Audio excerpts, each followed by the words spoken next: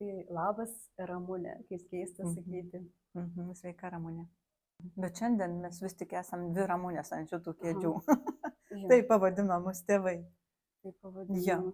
Ir dabar matau tave, tai aš galvoju, koks įdomus laikas, koks geras laikotarpis ir tuo pačiu jau girdžiu visai kitas nuotaikas arba tavo dvasinį kokį tai nusiteikimą nesitapatinti, pavyzdžiui, su vardu arba eiti labiau į savo esmę, esatį.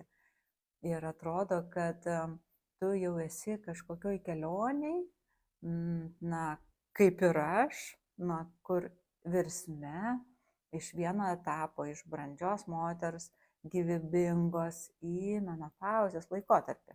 Bet mes pradėkim ne nuo to. Minėjai, kad moters ciklai iš tikrųjų, galima aptarti tos visus moters ciklus nuo pat pradžių, nes jie turi savo ypatumus ir savo stadijas, kurias reikėtų žinoti, ir savo pojūtį turbūt, ir savo dovanas. Tai tu minėjai, kad norėtum pradėti nuo pat pradžių, tai gal tada taip ir padarom.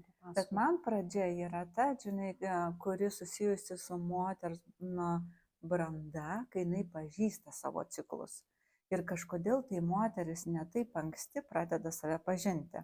Nes būdamos jaunos merginos arba mažos mergaitės, jos neįvedamos į savo, jau dabar prasidėjo ta veikla, po trupučiuką mergaičių tokia iniciacija į moterystę, kai prasideda menstruacijos, ar ne, bet tai kažkur pakimba, pasilieka ir moteris taip ir mergaitė dar neįsisavina, kas vyksta jos organizme, nors šiais laikais ir daug tos informacijos.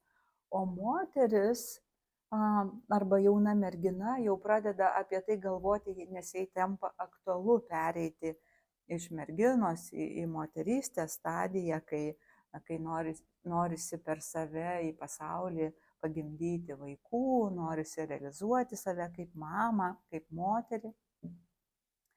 Ir čia prasideda įdomių klausimų toks iškelimas į paviršių. O kas vis tik tai vyksta mano organizme? Ar tikrai viskas taip vyksta, kad aš galiu tapti, pavyzdžiui, mama ir taip toliau ir panašiai. Bet kažkodėl tik tai apie 40-45 metus moteris realiai įsigilina, kokie vidiniai ciklai yra joje.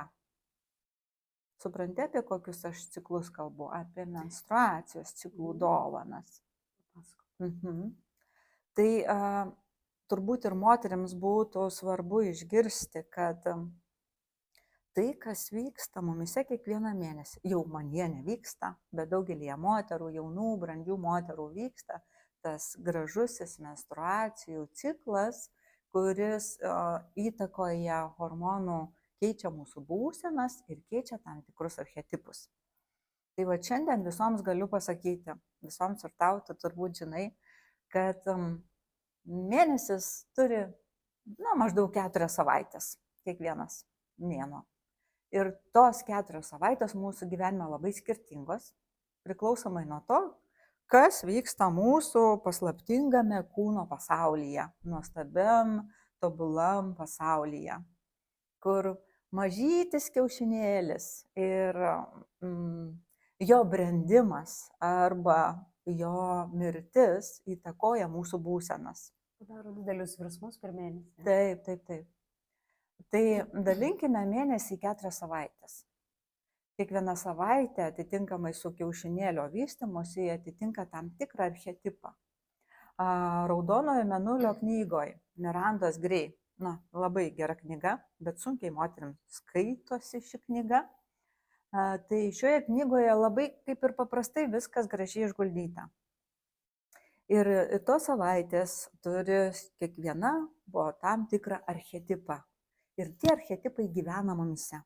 Tačiau gyvenime realiai mes linkę save tapatinti, nors yra daugybė archetipinių sistemų, ar ne? Ir galim ten graikiškus imti, ar ten kokius egiptietiškus archetipus, ar vakarietiškus archetipus. Bet remiantis Miranda Grey, tai yra patys baziniai pagrindiniai archetipai. Tai yra mergelės archetipas, yra motinos archetipas Ji vadina kerėtojos archetipu, aš gal labiau papasakosiu apie tai, praplėsdama iš savo patirties, ir raganos archetipu. Aš sakyčiau, kad šie 4 archetipai atitinka, galima sakyti, netgi sakyčiau, kad galima dalinti moters gyvenimą, po 25 arba 20 metų. Sakykime, dalinkim po 20 metų, nes mažai kas iš mūsų 100 amžiaus būna, sakykime, keliaukim 80 metų laikotarpio gyvenime, ar ne? Tai pirmieji 20 moters merginos, mergaitės gyvenimo metų yra tas mergelės archetipas. Kiti 20, kai ji kuria šeimą, greičiausiai susilaukia vaikučių, yra motinos archetipas. Tai nuo 40 iki 60 yra vadinamas kerėtojos archetipas, tokios brandžios moters archetipas, kuriame ir tu dabar esi. Ir nuo 60 iki 80 yra raganos arba tokios žinės moters magės archetipas. Ir visa tai kartojasi kiekvieną mėnesį. Ir visa tai susijęs su menstruacijų ciklu. Ir jeigu moteris savyje pažįsta tą jaunatvišką, gyvybingą, aktyvę, siekiančią, einančią į išorę mergelę, rūpestingą, globojančią, besidalinančią, tokią gausią motiną arba mamą, kerėtoje tai kuriančią, žinančią savo talentus ir mokančią juos valdyti.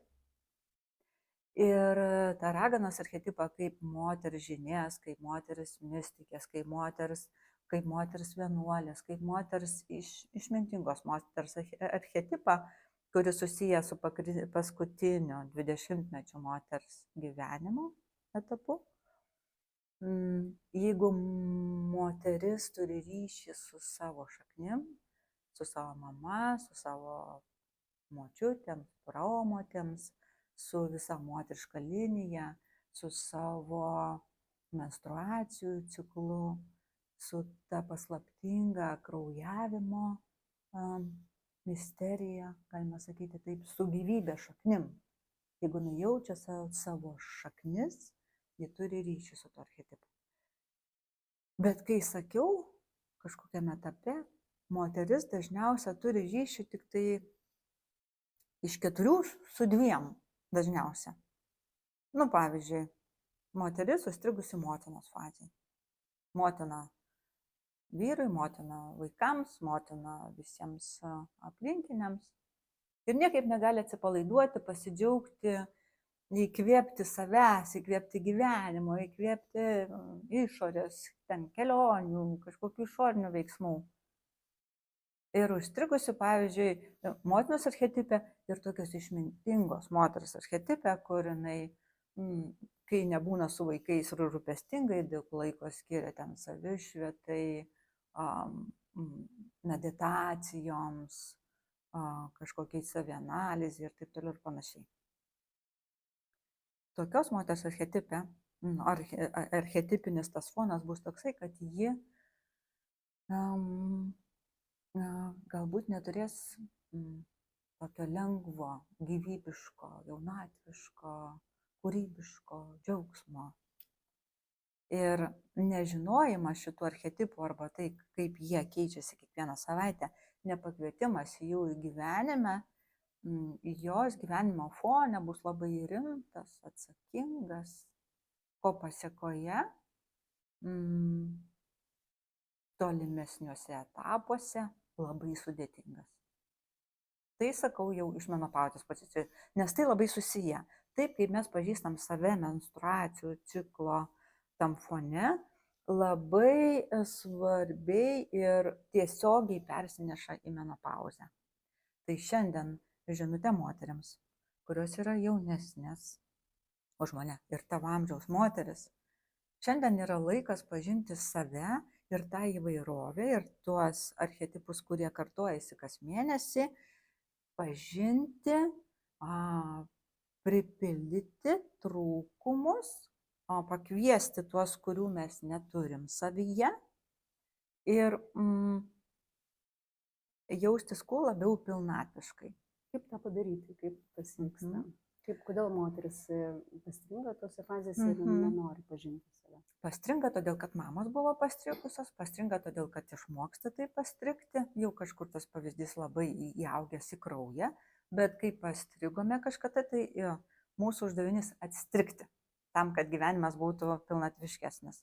Tai be abejonės tai yra įvairios knygos, bet jos kartais nuobodžiai skaitosi, nors ir pačios geriausios knygos. Tai yra moterų ratai, tai yra visos terapinės kryptis, kurios moteriams gali padėti. Tai yra dailės terapija, muzikos terapija, šokio judesio terapija, garso terapija ir šiaip ten grojimas, bendravimas su kitom moterim. Dažnai, moteris kartais tas savo patirtis, jeigu tu pabendrausi su pastrigusia moterimi, tau perduos pastrigusią patirtį. Ir mes dažnai tai kalbam iš tokios fiziologinės pusės apie šitą momentą. Mus mediciniškai supažindina, kada maždaug prasideda menstruacijos, kada maždaug jos turi savo tą brandos ciklą ir kada baigėsi. Ir mes dažniausiai pradedam fiziologiškai ruoštis, o ne archetipiškai, kad kažkas čia mūsų laukia su dovanom. Dažniausiai tai būna toks fiziologinis perėjimas. Ir kaip čia dabar su tuo tvarkytis, kaip čia ko išvengti, kaip palengvinti savo dar kažką.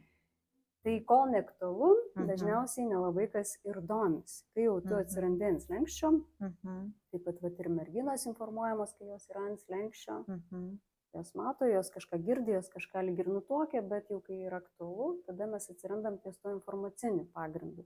Ir tu labai gražiai kalbi.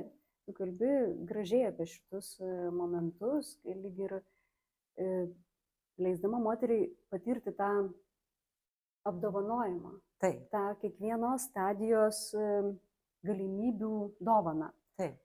Tai nežinau, kurioje vietoje tu norėtum gal išplėsti. Tai ar kaip moteris jau išeidinėja iš, mes sakėm, kalbėsim apie daugiau menopauzės dalykus, tai gal tada kaip moteriai pasitikti tas dovanas. Nes dažnai net nepriima tai kaip dovanų. Būna taip, kad priima kaip naštą, kaip kažkokį kas mėnesį vykstantį procesą, kuris įtakoja jos nuotaikas, jos gyvenimo ciklus ir taip toliau, ir mėgina malšinti kažkokiais tai preparatais, kad tik tai būtų tolygiau. Taip, taip, taip. Ir aš taip suprantu, tas perėjimas, ypatingai perėjimas greičiausiai, jisai dar labiau kainuoja to netolygumo. Gal gali apie tai papasakoti? Dovanos yra tiek menstruacijų cikle, tiek menopauzėje. Bet jeigu moteris neišpakavo menstruacijų ciklo dovanų, jinai neišpakuos ir menopauzės. Jeigu moteris nepatenkinta savo kraujavimo laikotarpiu, jeigu nežino tos vertės, jeigu nesusisieja su savo moterystę kaip su gyvybinė energija, kaip su vaisingumo energija, kaip su galimybė ne tik pagimdyti vaikus, bet apskritai kurti, jai labai bus sudėtinga pereiti į menopauzės laikotarpį. Todėl akcentą šiandieną dėčiau vis tik kaip pažinti savo menstruacijų ciklo dovanas. Ir kad susisieti tai su tais archetipais, aišku, galima padaryti tokį, meditaciją, pasitikrinti. Aš esu įrašius tokią meditaciją apie įsčių medis, kur galima susitikti su savo vidinė globėja ir kažkokias gauti dovanas. Galima per meditaciją kažkaip išjausti,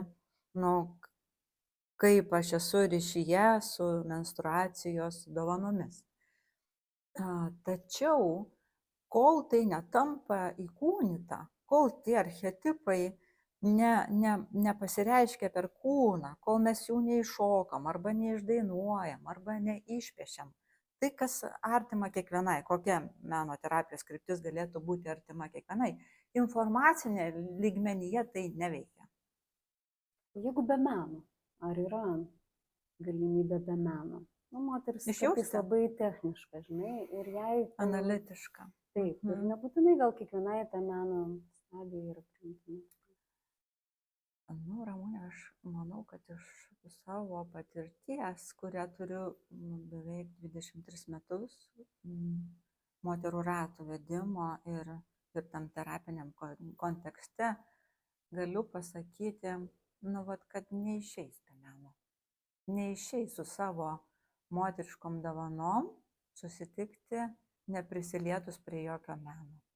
O jeigu, tarkim, moteris įvertino tą savo kūrybą per vaiko gimimą, jos menas, jos kūryba, jos syvais panaudotais sukurta gyvybė, tai jinai gali ir taip, nebūtina, nu, ta prasme, kiekvienai, galbūt, žinai, yra tokie barjerai, kad, tarkim, nemoku kažkaip judėti, nemoku piešti. Aš suprantu, kad terapija ne apie tai, bet vis tiek tai yra barjeras. Ir vat, moteris labai giliai patyrė, kas ta motinystė. Ir kaip tu sakai, čia yra ta stadija ir pažinimo, ir to pačiu galimybė pastrikti. Tai ji patyrė labai stipriai motinystės, jo archetipai ir greičiausiai pastrigo. O gal jinai tiesiog nežinojo, kad egzistuoja kiti archetipai, nes žinai, kaip sako, vaiką pagimdai ir jisai visam gyvenimui. Iš principo jinai prisilietė iš tikrųjų prie mergelės archetipo. Turėjo tam, kad mes taptume mamomis.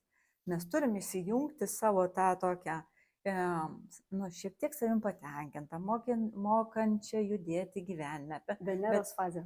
Nu taip, Venera tokia, kad ir gražiai, ir faina, ir kažkokiais talentais, ar moksliniais, ar kažkokiais kitais vedina, jinai gyvenime sutinka tą partnerį.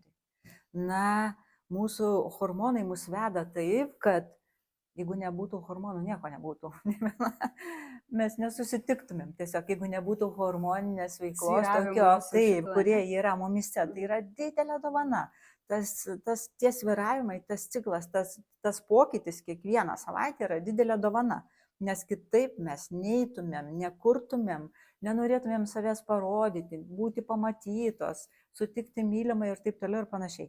Tai jeigu jinai jau tapo mama, jinai be abejonės, kiekviena iš mūsų, ne jinai, o kiekviena, turėjo būti mergelės fazėje, kada graži ir protinga ir patraukli ir kažkokiu būdu išėjusi į išorę, kad sutikti savo mylimai potencialų vaiko bendrakūrėją.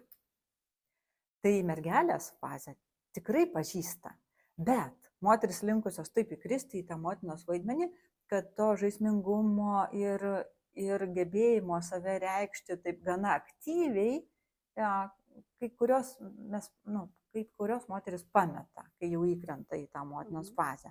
Tai svarbu žinoti, kad mėnesį yra ta savaitė, kuri padeda, tai iš karto po menstruacijų, kada pasibaigia kraujavimas, mergelės fazė, jinai pati aktyviausia, hormoniškai ir visaip kitaip ir padeda mums įlysti ten į kokias kelnes, džinsus, gražiai atrodyti, gerai jaustis ir aktyviai kažką padaryti išorėje. Nu, bent jau susitikti su draugiam, palaikyti ryšį su kitom moterim, būti matomai, neįkristi tik tai į mamos fazę, leisti savo, taip sakant, pasirūpinti ir savo, sakyčiau, tokia natūralia sveikata. Nes mergelė, jinai viską moka imti pati savo dėl savęs, šiek tiek išlaikyti to sveiko egoistiškumo. Tai čia, man atrodo, vat ir yra tas šiek tiek perėjimas į tą kerėtojos archetipą. Taip, jeigu moteris išlaiko savyje tą jaunatvišką mergelę kažkur tai archetipiškai, kuri gali įsijungti, mama, išeinu išorę, kažkaip kitaip prisimenu save. Turiu tos gyvybinės energijos, būti lengvesnė, palikti namuose vaikus, rūpesčius ir visa kita. Tai kerėtojos archetipas labai panašus į mergelę, tik mergelė visa išorėje. Mama ir išorėje, ir viduje, jinai harmonijoje, sugeba pasirūpinti tom dviem skirtingom temom, išorė ir vidus. Ir savyje tokia galėtų būti subalansuota. Tad mamos energija turėtų būti balansas. Geba būti savyje ir reaguoti į tai, kas vyksta ten su vaikais, namais ir taip toliau. Tai kerėtoje labai graži ta fazė, kai yra mergelės energija, bet jinai viduj. Niekam nereikia nieko eiti įrodyti, kokia aš ten kūrybinga, talentinga ar faina, bet aš kuriu Nes nebereikia pritraukti Nebereikia, potencialaus partnerio. nebereikia pritraukti, nes ir kerėtojas, tas archetipas susijęs su tuo, kad jis yra po ovuliacijos. Tai reiškia, tuomet jis atsitinka, jeigu kiaušinėlis neapvaisintas, jeigu jis nesusitiko su vyriško spermatozoidu, su vyriška ląstele ir neužsimezgė gyvybė, jeigu moteris nepateko į tokį ilgesnį mamos periodą. Jis atsitinka tuomet, kada kiaušinėlis neapvaisintas. Kerėtoje savyje turi visą tą gyvybinę energiją, kuri buvo nukreipta gyvybiniam procesui nuo mūsų kūno viduje. Mes to nepagalvojam dažniausiai, bet juk kiekvieną mėnesį moters viduje tas kiaušinėlis subręsta tam, kad jisai būtų apvaisintas. Tai biologiškai, fiziologiškai. Ir jeigu tai nevyksta, juk energija, kaip ir iš fizikos, niekur nedingsta ir iš niekur neatsiranda. Iš vienos formos virsta kita. Tai ta energija atsilaisvina ir tada moteriai tai atrodo, kad labai daug. Viskas sproginėja, nepatinka, nelaiminga, negraži ir visokia kitokia, sproginėja emocijos, būsenos, dažniausiai tai jos yra minuso, nes gyvybiniams procesams jiems nereikia hormoninės veiklos, viskas eina žemyn, bet energija yra, kitaip jinai nesproginėtų. Ją reikia panaudoti. Taip. Ir kerėtojas archetipas yra galingas kūrėjos, tokios alchemikės archetipas. Tada moteris gali išsitraukti visus savo, taip sakant, viską, kas stalčiukuose sudėta, pamiršta. Ir žiūrėti, ką turi. Rašyti, kurti, piešti, šokti, dainuoti, nieko nedaryti, medituoti. Bet čia dar tokia ne visai dalinimosi stadija, bet daugiau savo. Ne? Jinai sukuria, jinai gali dalintis, bet jinai jau dalinasi iš vidaus. Tas dalinimasis, labai priešingas mergelė, jeigu viską jinai dalinasi labai iš vidaus. Ir iš čia netgi Raudonojo mėnulio autorė Miranda Gray savo knygoje šitoje atskleidžia, kad knygą jinai šitą parašė tik tai per kerėtojos fazę, tai yra naudodama tą vieną savaitę mėnesyje. Sako, būtų mano kontrakto, taip sakant, antroji pusė sužinojusi, kad aš vieną kartą į mėnesį rašysiu vieną savaitę knygą, gal būtų nepasirašę, nes ji nebuvo jokia rašytoja, jinai buvo grafikė, apipavidalintoja knygų. Ir žodžiu, kai aš vesdavau Raudono mėnulio ciklus, moteriškų ciklų dovanas, ir bendraudavau su moterim ir prašydavau atkreipti dėmesį į tą trečiąją savaitę po menstruacijų, tai yra kerėtojos archetipą, beveik visos moteris atrasdavo, kad ten lengva kurti.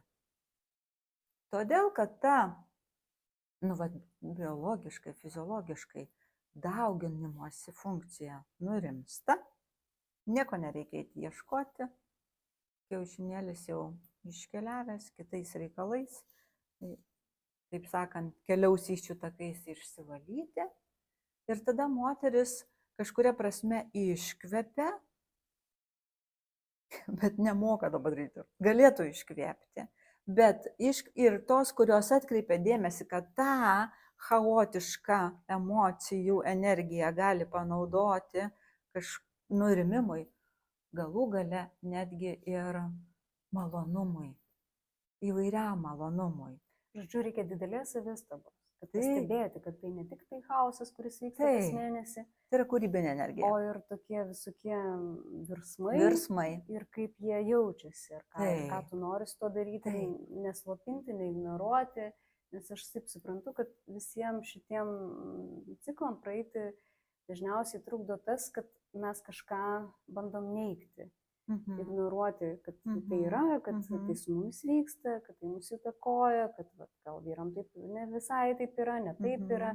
ir čia, o mums čia kažkaip, kaip atrodo, kaip tokia nuskriaustosios kažkokia tai gali būti stadija, kad tu supranti, kad tu čia va taip gyveni, taip vargsti ir čia vargas toksai, o ne dovanos. Tai va tas va turbūt greičiausiai dar net ir apsunkina tos cikliškumus.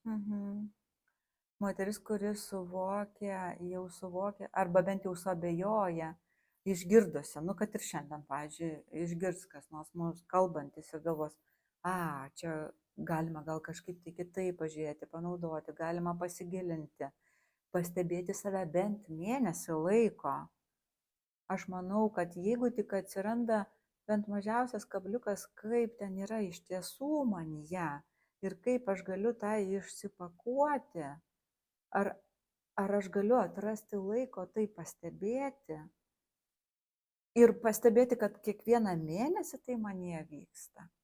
Ir pastebėjus atskirti tas skirtingas energijas ir jas panaudoti savo gyvenime, nes dar nepriėjom prie raganos archetipo, kai vyksta pats kraujavimas, kur labai skirtingas moteriam, kažkam labai didelis palengvėjimas, toks visiškas nuėjimas į save, leidimas savo išbūti, o kai kam, pavyzdžiui, tokiom specialybėm moteris, kurios šoka, kurios plaukia, kurios užsima sportais, pradėti atrasti savo kraujavimą, kuris buvo apskritai suignoruotas. Nes reikia šokti, reikia eiti į sceną. Visada vienodai. Jo nėra, ta prasme, nes tiek yra priemonių šiai dienai, kad viskas čiuk, taip turi susitvarkyti, kad niekas nepastebėtų, turi visada būti geros formos, net tada, kai ir skausmingas kraujavimas. Moteris kitos alpsta, kitos patiria daugybę nemalonių pojūčių, bet kitos tiesiog atsipalaiduoja ir leidžia savo pabūti su savim. Tačiau, kiek čia mūsų Lietuvoje tų moterų, kurios dirba savo, kurios gali pasireguliuoti savo gyvenimą paskui ciklus, paskui tą energiją, kuri keičiasi. O ką daryti tom savaitėm, kai jinai keičiasi, va į kitą pusę, ne į tą kūrybinę? O į kokią? O reikia kurti. Ne į kūrybinę reikia kurti. Kaip būti? Kaip būti? Tai visų pirma, žinoti, kas vyksta mano mėnesyje. Žinoti, kada aš aktyvi, einanti į išorę. Žinoti, kada aš tiesiog harmoninga galiu viską daryti motinos fazėje.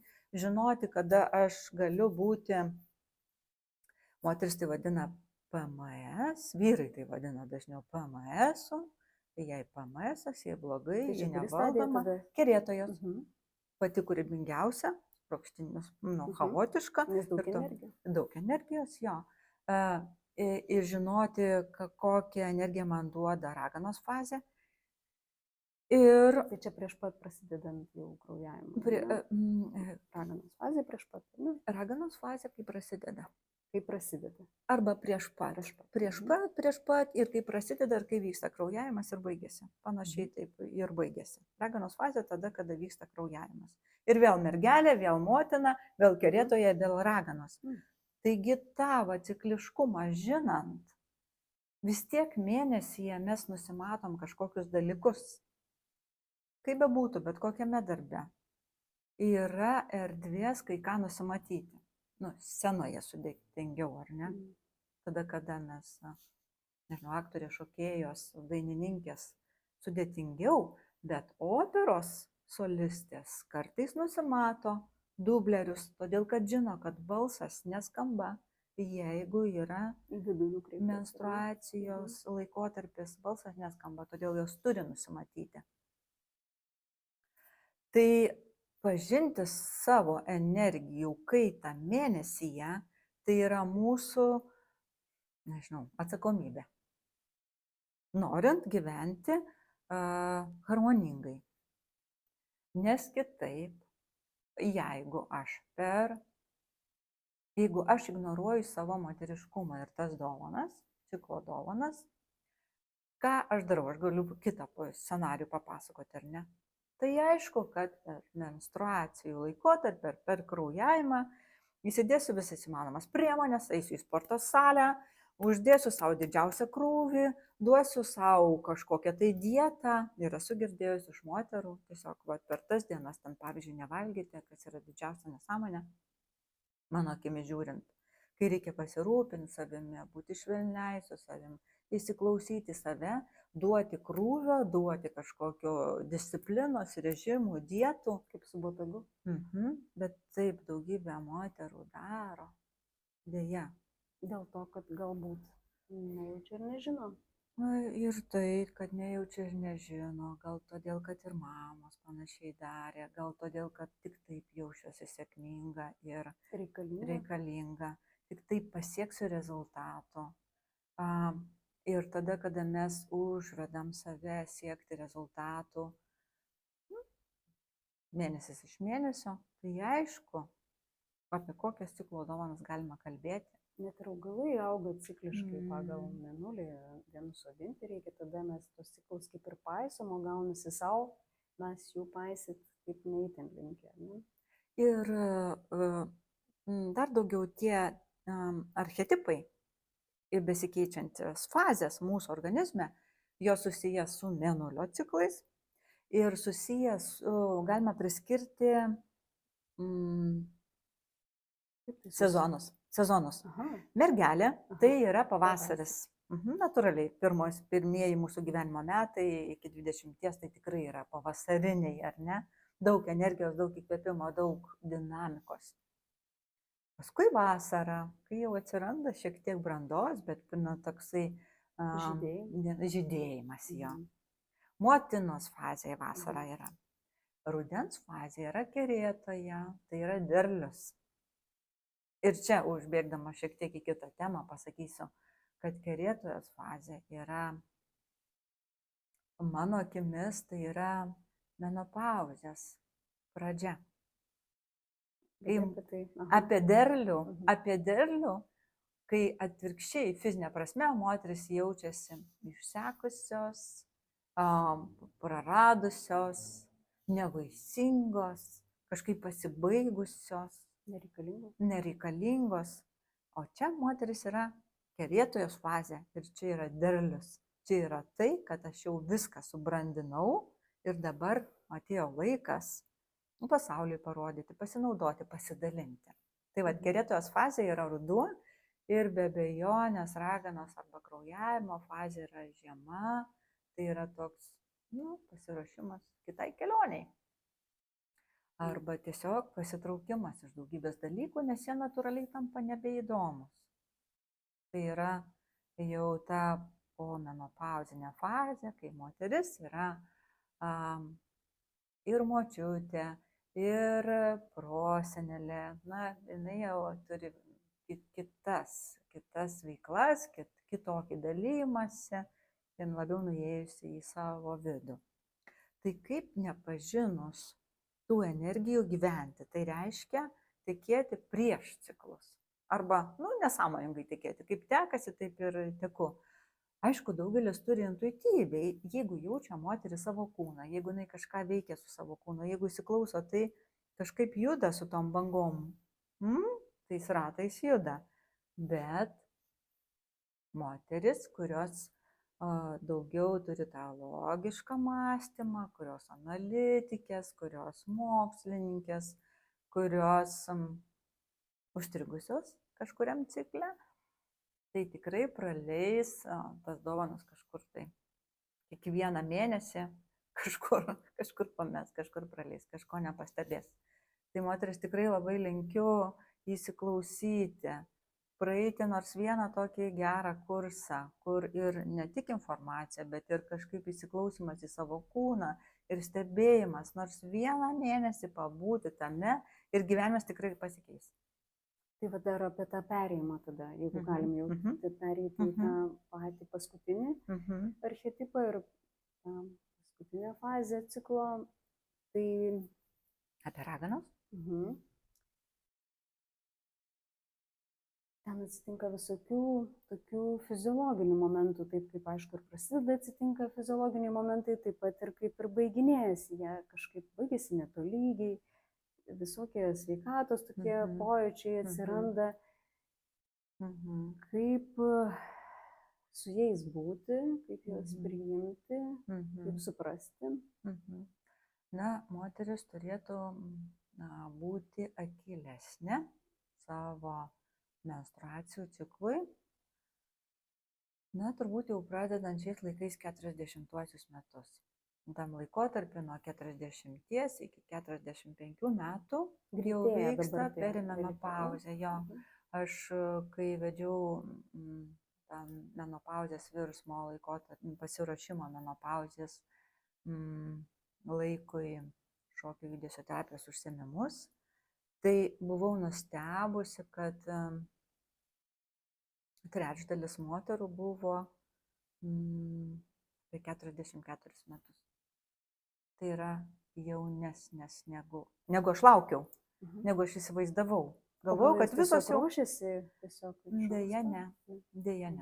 Deja, tai su jau pasibaigusiam menstruacijų ciklu arba smarkiai trukinėjančiu, arba atėjo tada, kada nutrūko ir kurį laiką nebuvo menstruacijų ciklo.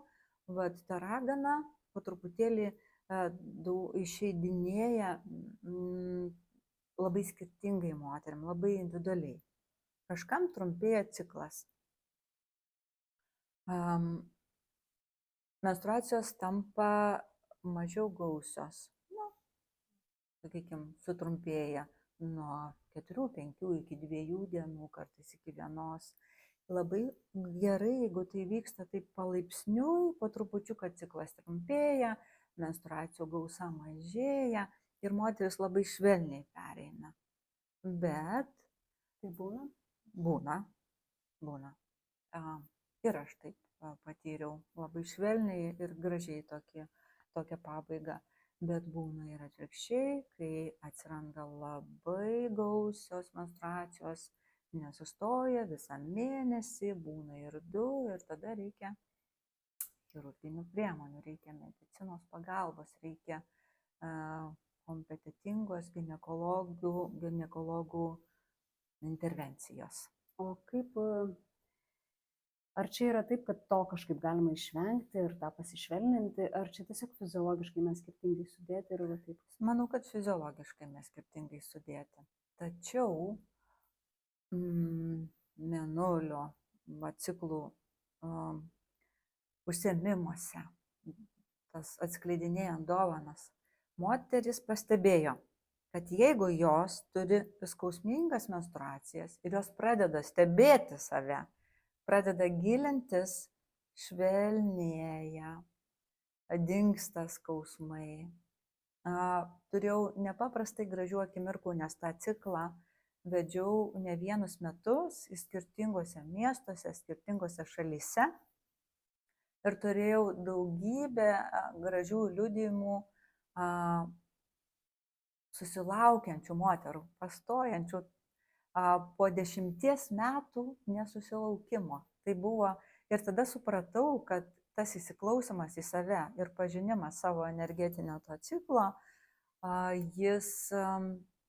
yra galimybė atsiskleisti vaisingume, galimybė tapti mama.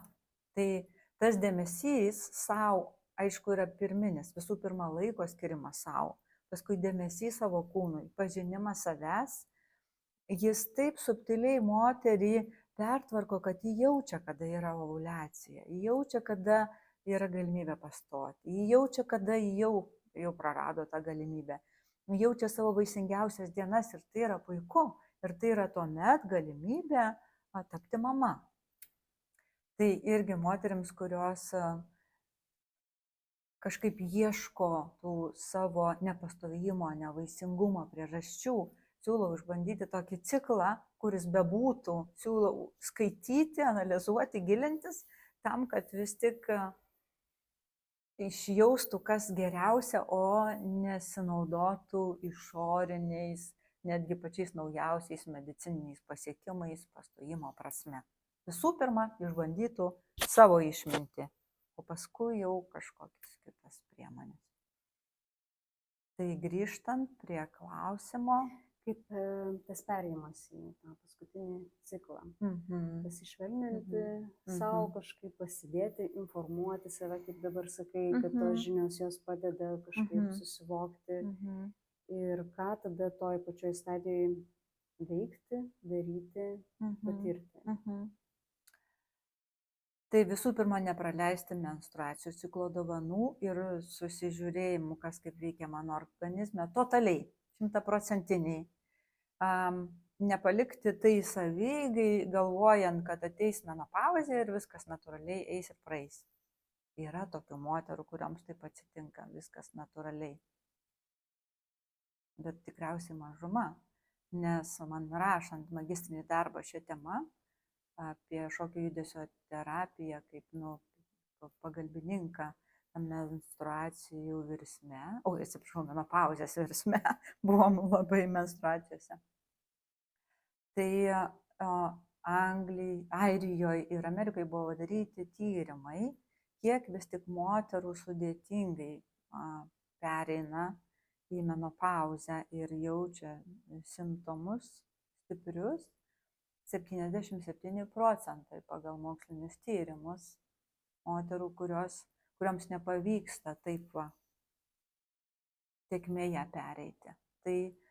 Tai yra skaičius, kuris ir iš patirties, man bendraujant su 20 moterų, tyrinėjant, rašant darbą, įmant interviu,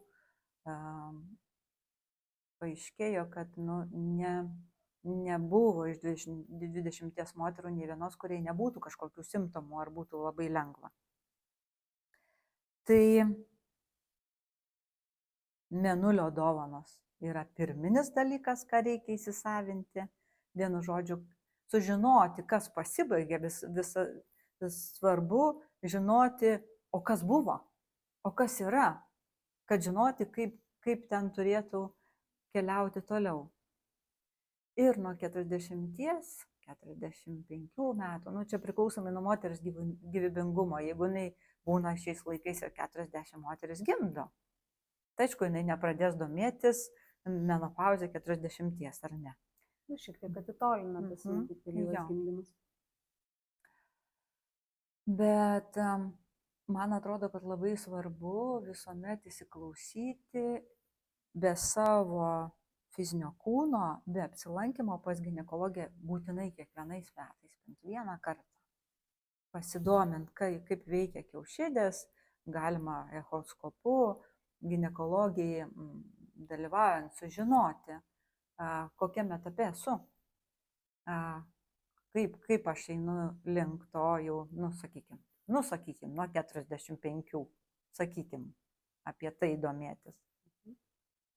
Nors 45, dar sako, moteris kaip tik prieš pat menopauzę įeina į savo patį aktyviausią tą tokį gyvybinės seksualinės energijos piką, kai jinai gali pasimėgauti savo kūnu, savo gyvybingumu labiausiai. Lyg tai kiekviena moteris dar jaučia atgimimą. Tačiau aš tyrinėdama save ir klausydamasi kitų moterų, pastebėjau, kad jau nuo 40 metų mano kūnas nebepaklūsta man taip, kaip būdavo iki tol. Tai reiškia, kad kiekviena tikrai pastebėm savyje vykstančius svorio pokyčius, specifinio svorio, kai formuojasi liemuo labiau negu norėtųsi, toks apvalėja. Nerimo bangeles. Tokio lyg taip prasmės, neprasmės buvimo. Psichologinis fonas atsiranda toks su kažkokiais nerimais, egzistenciniais klausimais. Aš sakyčiau, ryškiau po 45 metų, artėjant link 50, bet visuomet verta atkreipti į tai, kas vyksta mano emocijose ir tai, kas vyksta mano kūne. Ir apskritai, kas vyksta mano gyvenime. Nes jeigu aš keliauju ne viena, jeigu aš keliauju su vyru ir jis panašaus amžiaus, mūsų abiejų gyvenime kažkas vyksta kartu. Ir kas vyksta? Pradeda dingti įvairūs norai. Pradeda atkristi kažkokie dalykai, kurie domino iki tol, tampa nebeprasmingi ir nebeįdomus. Ar galimai šitoj paskutiniai stadijai moteris praranda kažkurį tai iš archetipų? Jeigu jisai pažintas, jinai turi ryšį su juo, bet taip, jisai nuslopsta. Mergelės, pavyzdžiui, archetipas labai įdomiai. Čia yra toks paradoksas. Ir šiek tiek liūdesys man apie kai kuriuos pasireiškiančius archetipus ir ryškiau, negu jie galėtų pasireikšti perėmė menopauzės virsmą. Kas atsitinka ir moteriams, ir vyrams. Taigi tuomet, kai jau moteris artėja menopauzę, įsijungia kažkoks psichologinis, ypatingai šiais laikais, mechanizmas išgyventi, išlikti, būti gražiai, būti patraukliai, būti sportiškai, būti jaunesniai už savo dukrą. Nesenti. Ir kas atsitinka? Moteris eina, darosi kažkokias injekcijas veido prasme, nes veidas labai greitai reaguoja. Tai pirmasis jo į hormoninius pokyčius ir moteris pamato save veidrodį, nueina pas kirpėją ir kirpėja sako, tu ką, tu pažiūrėk, aš kaip aš atrodau, pažiūrėk, aš čia tik čikšiu, čia kažką susileidau ir vėl viskas gerai. Ir žiūri moteris sėdėdama į veidrodį, kai ten uždažo tos žilus plaukus ir galvoja, o gal iš tikrųjų, gal ir man reikia pabandyti, kaip aš čia dabar atrodau, jinai gal už mane vyresnė geriau atrodo ir taip toliau. Tai labai gaila, kai desperatiškai mes judame į tą pusę, kad būti kuo jaunesnės, bet kokią kainą. Taigi, tai juk nepavyks išsaugoti amžinai. Visos injekcijos kažkada tai baigėsi. Ir visos injekcijos turi poveikį mūsų kūnui. Čia kaip pratesti tą kitą. Mergelės, jo, ar mergelės, arba tokios dar spinduliuojančios moters, ar ne? Ir Facebookas tą duoda pamatyti, tą liūdnąją prasme, kad visos norim išlikti, bet toks desperatiškas tas noras išlikti lygiai, gražiai, nežilai ir gyvybingai. Mergelės fazėje. Reikėtų paleisti į tą mergelės. Yra daugybės ir išmintingų moterų, kurios priima savo natūralų senėjimą, pokytį ir sako, puošia mane tos raukšlelės. Ir gerai, ir tegul būna. Ir tegul aš pereinu natūraliai ir oriai į tą močiutės fazę. Aš, pavyzdžiui, esu močiutė, aš be galo džiaugiuosi tą savo rolę. Tikrai labai džiaugiuosi. Ir galiu matyti, kaip atrodau aš, mano dukra ir mano anūkė. Ir koks tai pokytis, ir koks tai gražus pokytis. Ir kad aš turiu būti toj močiutės rolėje. Ir džiaugtis savo vietą, savo poziciją. Tai mergelės archetipą reikia prisiminti tada, kai susitinkam su draugiam, norim prisiminti studentiškus laikus ir pabūti kažkokio, pašokti, pasiausti, kada reikia to archetipo. Kada reikia gyvybinės energijos išeiti į sceną, kažką tai pasakyti. Mes galim jį įsijungti, jeigu mes jaučiam ryšį, jeigu mes pažinojom prieš tai. Įsijungti jį trumpam ir išsijungti. Bet būti oriai su savim tokia, kokia esi, kokia esu, man nebesu mergelė. Esu kerėtojos laikotarpį, brandžios moters laikotarpį. Ir kai kurios dalykus reikia paleisti, net kažkuria prasme ir motinystė. Nebebūti jau ta mama, kuri laiko savo išaugusius vaikus, pririštus prie emocinės tokios bambagyslės ir negali paleisti į jų gyvenimą. Išleisti kažkur gyventi užsienyje, mokytis užsienyje, gyventi su savo partneriais. Juk natūralu paleisti ir motinos archetipą. Niekada nepavyks nebūti mama, bet būti išmintinga mama, tai irgi jau menopauzės virsmo tokia siekiamybė. Nes mergelės fazė baigėsi, mamos jinai transformuojasi, nes atsiranda močiutės galimybė tapti močiutę. Tada fazę ir jos dovanas. Raganos yra jau po menopauzės laikotarpiu, mano nuomonė, mano pajautimu. Tai ne menopauzės virsmo, o po menopauzės. Menopauzės virsmas ir premenopauzės tai yra kerėtojos archetipas, kai mes turim viską ir galim dalintis. Ir mūsų atsakomybė yra dalintis su pasauliu savo talentais. O raganos archetipas tai yra moters, kuri dalinasi, bet jinai gali ir nesidalinti. Jinai gali medituoti, jinai gali keliauti, jinai gali būti taip, kaip nori būti. Jinai kaip ir niekam nieko neprivalo, nes energijos be abejonės jos mažėja. Tai yra, ko gero, tai yra laikas iš tikrųjų kažkokių tokių gilių atradimų. Ir šiais laikais tokiam besikeičiančiam, tokiam matomam žmonių gyvenimų fone, aš tai sakyčiau, kad turėtų transformuoti šiek tiek tas raganos archetipas, nes dabar ir raganos laikotarpėje moteris dar nepripažįstančios tos yra savo laikotarpio, savo raganos arba išmintingos moters grožio.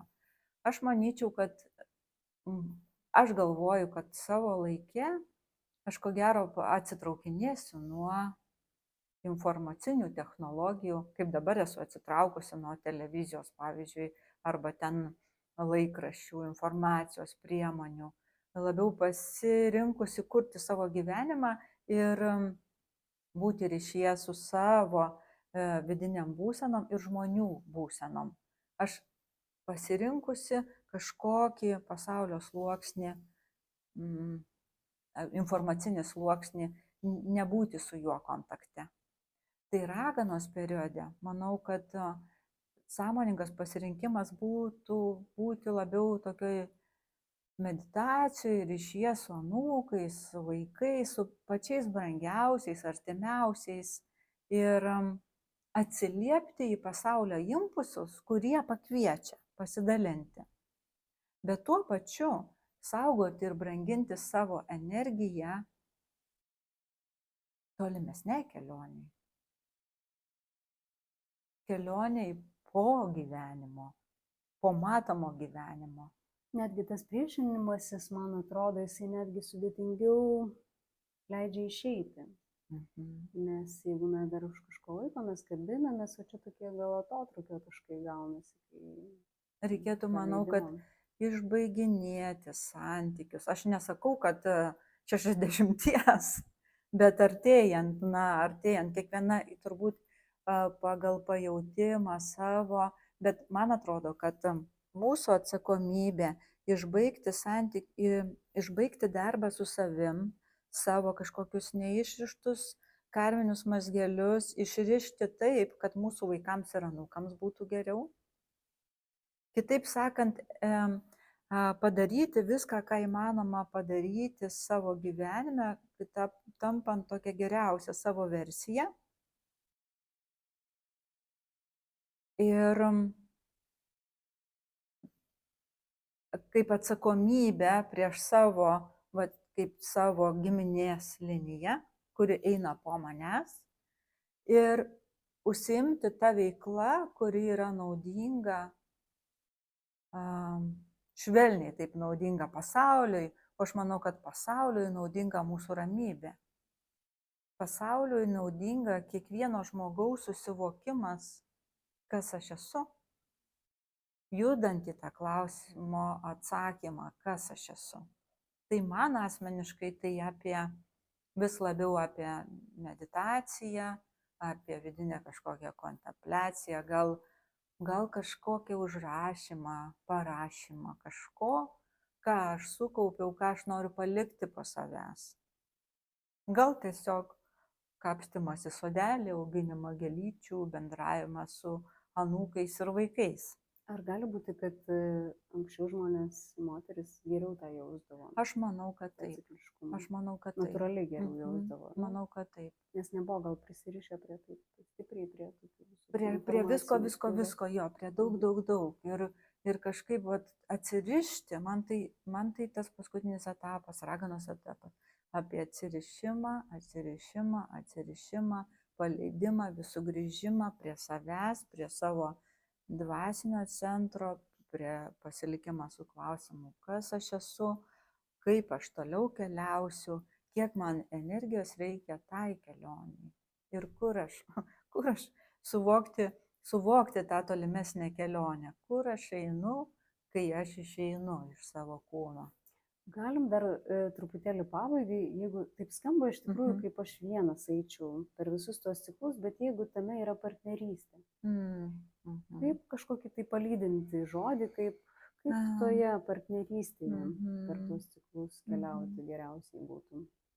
Geriausiai būtų kalbėtis apie savo būsenas, apie pokyčius, neslėpti. Nes moteris, kaip išmoko slėpti savo kraujavimą, menstruacijas ir kaip dabar mokosi, persimoko save dalinti su partneriais, pasakoti apie būsenas, informuoti, kaip jos jaučiasi ir ką reiškia tie archetipai, papasakoti apie juos, kaip pačios pažįsta save giliau, tada vyrui tai suteikia saugumo jausmą, tada jisai žino, turėdamas savo ten tą kažkokį stabilumą, tada jisai žino, kaip tos bangos keičiasi moteryje ir bent jau kažkiek maždaug gali susigaudyti, kas vyksta.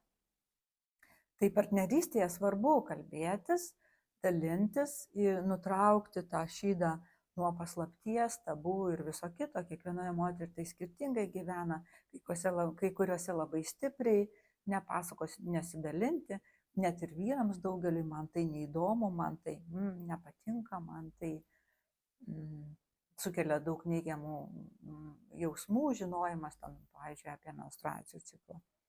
Tai pagal savo partnerį parinkti dalymosi stilių, būdą, pasakyti tiek, kiek jis norėtų žinoti, būtų atvira žinoti į abi puses.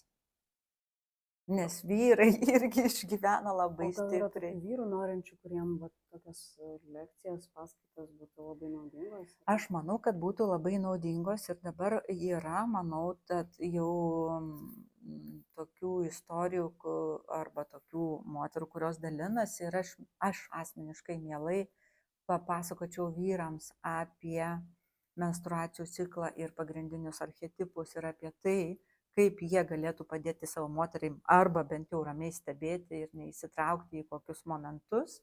Manau, kad tai daugeliui porų būtų labai sėkminga žinoti, reikalinga žinoti, būtina žinoti. Bet ir tuo pačiu moteris turi žinoti, kad ne ji viena patiria savo perėjimus. Ciklų vyrai nepatiria, bet patiria moterų ciklus. Emociškai įtraukiami yra, kadangi gyvena kartu. Tai natūralu, kad partneris būtų saugesnis žinodamas daugiau. O su menopauze ir vyrų amžiaus krize tai turi dalintis abudu. Nes jeigu nesidalins, labai galimas atvejis, kad tuo laikotarpiu, kai abu išgyvens, moteris menopauzę, vyrai savo amžiaus krizę, jie išsiskirs. Nes abu patiria tam tikrą mirties laikotarpį, virsmą. Ir gali neišlaikyti taip to virsmo pokyčio, to baisaus nerimo, nežinojimo, galvojimo, kad viskas jau mūsų poroje viskas baigėsi, kai tik tai gali prasidėti gražus sielų susitikimas, dvasių bendravimas ir šiaip moters ir vyro susitikimas realiai, nes jie mažiau veikiami hormonų, pasaulį pradeda matyti kitaip, realiau. Ir tada gali iš tiesų sąmoninga kūryba prasidėti santykio arba eiti ieškoti hormoninių antplūdžių. kažkur tai, kur įmanoma Nežinau, pagauti. man atrodo, tu tiek daug padovanojai, žinok, jau per šitą, nežinau, valandą, gal mes čia kalbamės. Ir va, gal ties ta vieta ir pabaikim, nes labai gražiai nuskambėjo, viskas, taip, viskas apsirišo gražiai. Ir aš tau esu dėkinga už tavo dosnumą, dalinantis tokia informacija, kurią, aš manau, kad čia dovana bus ne vienai moteriai ir galbūt ne vienam vyrui ir įkvėpimas pasidomėti. Ir kaip tu sakai, ta informacija, jinai yra jėga, jinai yra vertinga ir vien dėl to, kad mes kažką žinom apie save, ne tik tai iš tos tokios techninės medicinės pusės, bet ir iš tokios vidinio supratimo pusės. Tai vadinai, mums tada geba atnešti tų dovanų. Tai ačiū tau labai už pokalbį. Ačiū, Ramonė, kad pakalbinai. Prakalbinai. Matas, kad yra daug ką pasakyti ir truputį suprantu, iš ko tos paskaitos dabar gimsta.